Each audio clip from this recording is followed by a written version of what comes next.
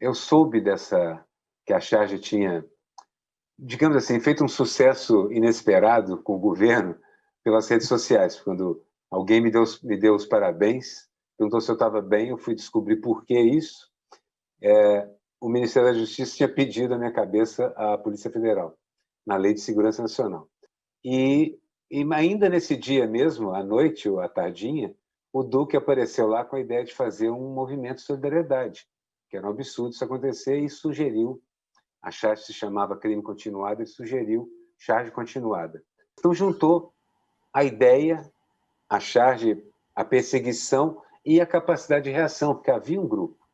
Esse grupo, a ideia do Duque correu feito fogo em palha, dali a minutos já tinha gente produzindo um montão de charges, as charges começaram a aparecer, e daí começou a aparecer também, o Brum organizou o site, começou a aparecer charge de tudo que é lugar, de gente que não era chargista, de filho de amigo, de filha de amigo, começando a desenhar. Então, a sensação que me deu depois disso, 2 dias depois, foi de fiquei emocionado, admito, porque me senti mais seguro. Estava muito apavorado no começo e depois me senti bem mais seguro. E aí eu comecei a perceber que havia sido um enorme tiro no pé que o governo tinha dado, mais uma vez. O que esse prêmio agora prova? Esse prêmio, o fato de surgir uma categoria especial para premiar um movimento em torno de uma charge, porque minha charge não era tão especial, era uma charge agressiva, forte, mas eu acho que eu estava mais passando na rua na hora que o governo resolveu fazer uma bobagem e me atropelou. Imediatamente os colegas vieram e disseram: somos todos a mesma pessoa, porque somos todos uma pedra no seu sapato. É um recado direto ao governo. Estão todos dizendo mais ou menos a mesma coisa. Estamos aqui para isso, para criticar vocês. E a charge é mais ou menos a mesma coisa. A gente procura retratar a nossa opinião. Na verdade, a charge é uma crônica desenhada, né? E a gente procura retratar a nossa visão e a nossa opinião sobre o assunto, quando possível, sempre que possível, também utilizando a ferramenta do humor. Mas, ainda assim, o chargista não pode se abster de falar de um assunto tão sério e tão... que certamente vai entrar para a história, né? Quando formos, daqui a 10, 20, 30 anos, falarmos desses momentos de pandemia, certamente esse será um capítulo infeliz que nós devemos ter que rever para não repeti-lo. Então a gente sempre busca inovar, porque o humor é uma questão muito importante no humor, é ser inovador, né? A gente só rir da piada nova. É muito difícil a gente contar uma piada 2 vezes e a gente rir 2 vezes, que dirá 3 vezes, né? Então, a busca por ser original todos os dias é algo que faz parte do trabalho, não só do chargista, mas dos humoristas de uma forma em geral. Eu acho que a gente tem mais um ponto de vista diferente, cada um é único, porque são ângulos diferentes, do que num mundo com 7 bilhões de seres humanos, a originalidade real, a gente está sempre interconectado, é muito comum o chargista fazer a mesma ideia que o outro, não é porque um copia o outro porque viu, é porque nós estamos encarando as notícias mais ou menos com as mesmas referências culturais. É claro que a gente vai ficando mais velho, né, Duque? E começa a ter uma maneira tão particular de ver as coisas que as charges vão ficando diferentes só pelo jeito da gente olhar. Mas acho que é menos uma questão de originalidade, mais uma questão de o ângulo em que você está olhando. Eu acho que sobre buscar ângulos diferentes e buscar formas diferentes de falar, o que eu sempre penso quando eu fotografo, acima de tudo, eu tento fazer com muito prazer e muita alegria o que eu estou fazendo. Eu tenho muito prazer em fotografar. E, para mim, é uma honra poder contar para as pessoas como eu vejo as coisas, e é um privilégio mostrar para as pessoas como eu vejo aquela cena, como eu enxergo aquele fato político. Então, buscar novos ângulos, novos olhares, eu acho que é uma função de todo fotojornalista, né? Porque, na verdade, é o que eu falei até no vídeo, a gente tenta transmitir através da foto, não só uma informação de fatos, porque a fotografia é uma interpretação nossa sobre os fatos, né? Não existe o fato em si, existe a sua leitura da realidade, né? Então, as minhas fotos são a leitura da minha realidade, né? Até uma forma um pouco egoísta, porque é um recorte da minha realidade que vocês veem através das minhas fotos.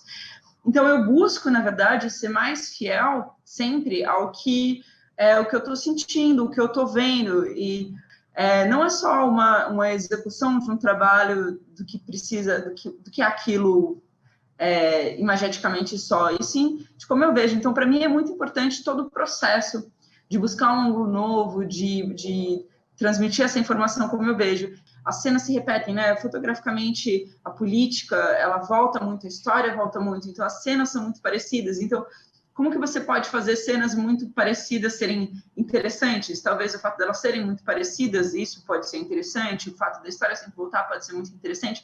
E eu acho que a política, e você retratar a política, é uma forma de você aproximar e desmitificar a política e o acesso à política. Então, eu acho que você trazer, através da fotografia, uma forma de mostrar não só que as autoridades não são tão inalcançáveis, que a política não é tão distante da população, é uma forma de você democratizar isso e aproximar as pessoas disso. Então, eu sempre gostei muito de fotografia social, e eu penso que fotografar política é uma das melhores formas de você fazer a fotografia social, porque você aproxima a população da política e você aproxima a população da raiz da onde as decisões são tomadas que afetam a vida delas. Infelizmente, sempre foi muito comum ver casos de pessoas que atuam na preservação, né, de florestas e tal, mas que não, né, que estão ligados a ONGs, serem ameaçados e tal, mas essa ameaça diretamente a servidores do Estado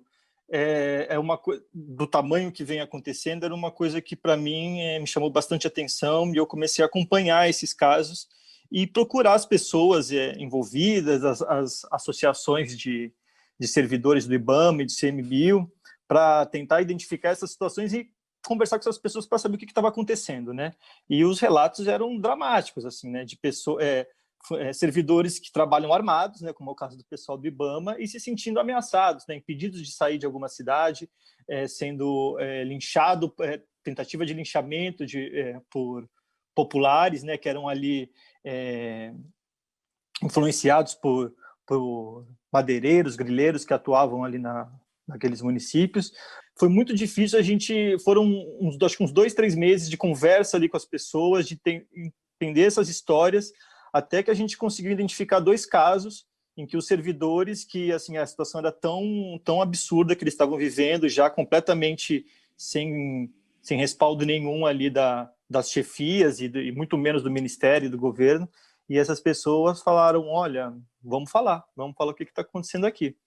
E é um trabalho gratificante. E para você transformar todo esse material num material de TV, você tem que ter imagem. Imagina, você quebrou muita pedra para você conseguir. E essa persistência é o que a gente fala dentro da sala de aula, é você não desistir da ideia, entendeu? Eu sempre insisto o seguinte, olha, você pode não conseguir hoje, guarda essa ideia, daqui a pouco você vai conseguir um papelzinho que tem um número, que tem uma dica, que vai se transformar numa matéria genial. Então, a persistência tem que ser, entendeu?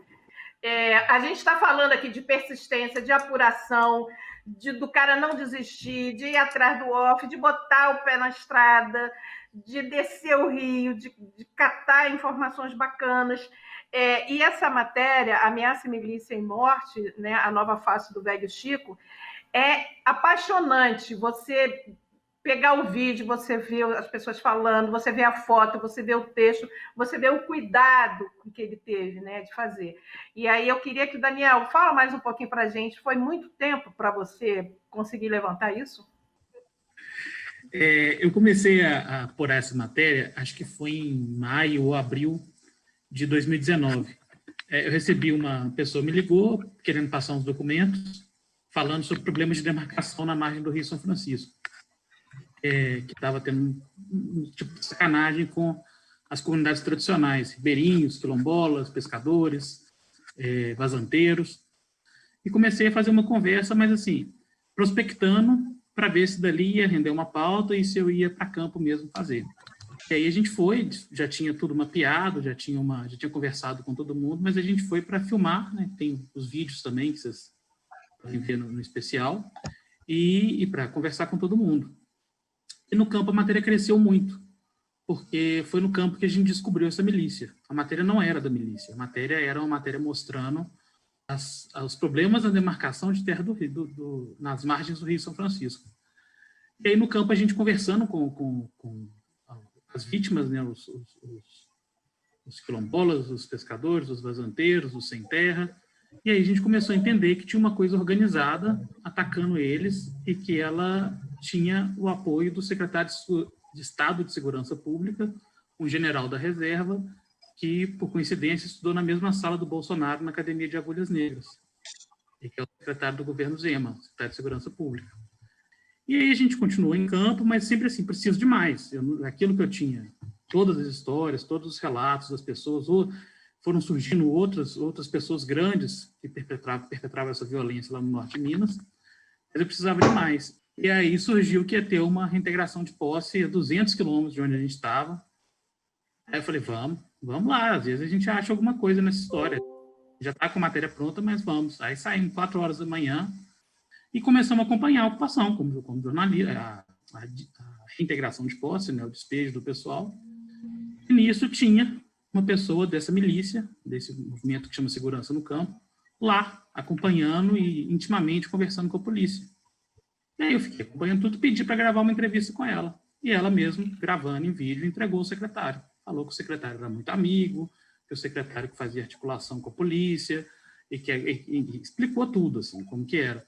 E aí a gente pôde entender que realmente tinha, o secretário negou, na verdade ele não negou, ele mandou uma nota, mas a gente tinha vários elementos, os relatos dos atingidos, uma pessoa ligada ao secretário e participava dessa milícia, e uma foto, mais de uma foto também que comprovava isso. Aí a gente conseguiu mostrar, aí a gente abriu a matéria diante desse flanco, mostrando como que essa milícia se organizava. Daniel, eu queria acrescentar que esse movimento de expulsão de quilombolas, ribeirinhos, populações de fundo de pasto, enfim, todas as populações tradicionais, está ocorrendo em toda a extensão do São Francisco, né? Tem as mineradoras, aqui na Bahia está uma onda de concessão de licenciamento para mineradoras, essas coisas todas. E eu tenho tido uma preocupação muito grande, porque eu tenho feito matérias sobre essa questão das mineradoras e a ameaça aos ribeirinhos, porque eles querem as melhores áreas, eles querem os oásis do semiárido, né? E eu tenho tido uma preocupação, que quando eu comecei no jornalismo, a discussão é que jornalista não estava aqui para julgar, ele fazia o papel dele, ele fazia a reportagem e isso era suficiente. Só que nos últimos tempos eu tenho refletido sobre a questão de quais são os resultados que a gente obtém com a reportagem. Seria nossa obrigação fazer isso? Teoricamente não, mas eu acho que é uma preocupação que a gente deve ter. Então eu te pergunto, teve consequências a tua matéria? A primeira foi um processo, né, pedido de retirada da matéria do ar e uma indenização também, que ainda não foi julgado, mas um dos fazendeiros está processando a gente. Não teve muita repercussão assim, de impacto, né? A gente pensar assim, o secretário de Estado caiu? Não caiu. Acho que a gente vive um contexto, né? Poxa, a gente mostrou fotos e vídeos falando que o secretário de Estado tem um lado numa briga fundiária no norte de Minas. É de Estado de Segurança Pública, que comanda a Polícia Civil, Polícia Militar e todas as forças de segurança. E não deu em nada, enfim. Eu acho que isso é um pouco retrato do momento que a gente vive, assim, que infelizmente é o tal do é o novo normal na política, né? Assim, ficou normal você ir para cima dessas comunidades e não dá nada, assim. Mas eu acho que isso é lógico que a gente quer que tenha impacto, porque quando a gente apura, conversa, pega o contraditório e chega e escreve com uma certa convicção de que ali tem um abuso, você quer que esse abuso se cesse, que acabe. Mas não cabe ao jornalista, né?